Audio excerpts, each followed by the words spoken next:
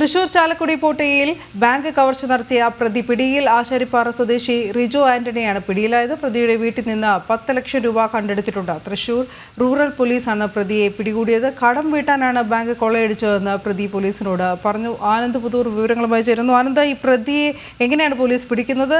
അറിയാൻ കഴിയുന്ന വിവരങ്ങൾ എന്തൊക്കെ?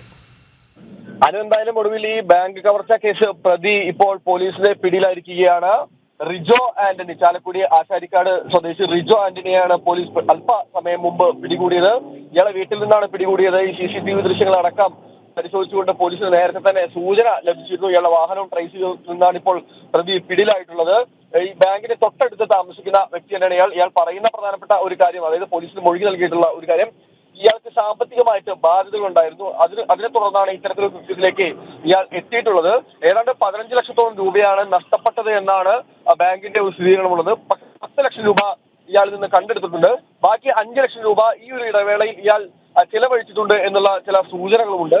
എന്തായാലും ഈ കടം വീട്ടാനാണ് താൻ കൊള്ളയടിച്ചതെന്നാണ് പ്രതി പോലീസ് നൽകിയിട്ടുള്ള മൊഴി. അപ്പോഴും അതിലും ഒരു വിശ്വാസക്കുറവുണ്ട്. കാരണം പ്രത്യേകിച്ച് ഈ പ്രതിയുടെ വീടിന്റെ ദൃശ്യങ്ങളാണ് നമ്മളിപ്പോൾ കണ്ടുകൊണ്ടിരിക്കുന്നത്. അപ്പോൾ ഈ തലത്തിലേക്ക് ഒരു വീടുള്ള ആൾ ഈ ചുരുങ്ങിയൊരു പൈസ 15 ലക്ഷം രൂപ ഇത്തരത്തിൽ മോഷ്ടിച്ചുകൊണ്ട് കടം വീട്ടുക എന്ന് പറയുന്നതൊക്കെ അവിശ്വസനീയതയുണ്ട്. എന്നാലും പോലീസ് ഇയാളുടെ മൊഴി ആദ്യഘട്ടത്തിൽ രേഖപ്പെടുത്തിയിട്ടുണ്ട്. കൂടുതൽ കാര്യങ്ങൾ ഇയാളോട് ചോദിച്ചറിയുന്നുണ്ട്. ഇയാളിപ്പോൾ ചാലക്കുടി DYSP ഓഫീസിലാണുള്ളത്.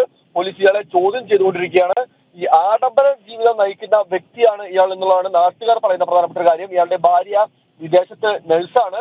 ആ തരത്തിൽ സാമ്പത്തികമായിട്ട് സുരക്ഷിതയുള്ള ഒരാൾ ഇത്തരത്തിൽ ഒരു കൃത്യം ചെയ്യേണ്ടതിന്റെ ആവശ്യകത, ഇയാളുടെ മൊഴികളും അയാളുടെ പ്രവർത്തികളും തമ്മിൽ വൈരുദ്ധ്യമുണ്ട്. എന്നാലും പോലീസ് ഇപ്പോൾ ആ മൊഴി വിശ്വാസത്തിൽ എടുത്തിട്ടില്ലെങ്കിലും ഇയാളോട് ചോദ്യം ചെയ്യൽ തുടർന്നുകൊണ്ടിരിക്കുകയാണ്. ചാലക്കുടി DYSP ഓഫീസിലാണ് പോലീസ് ഇപ്പോൾ ഉള്ളത്. എന്തായാലും പ്രതി ഇപ്പോൾ ഉള്ളത്. എന്തായാലും ഇന്ന് രാത്രിയോട് കൂടി തന്നെ കൂടുതൽ ചോദ്യം ചെയ്യലിലേക്ക് കടക്കും. തുടർന്ന് തെളിവെടുപ്പും മറ്റ് നടപടിക്രമങ്ങളും നാളെ രാവിലെ കൂടി തന്നെ ആരംഭിക്കുമെന്നാണ് അറിയാൻ സാധിക്കുന്നത്. ശരി.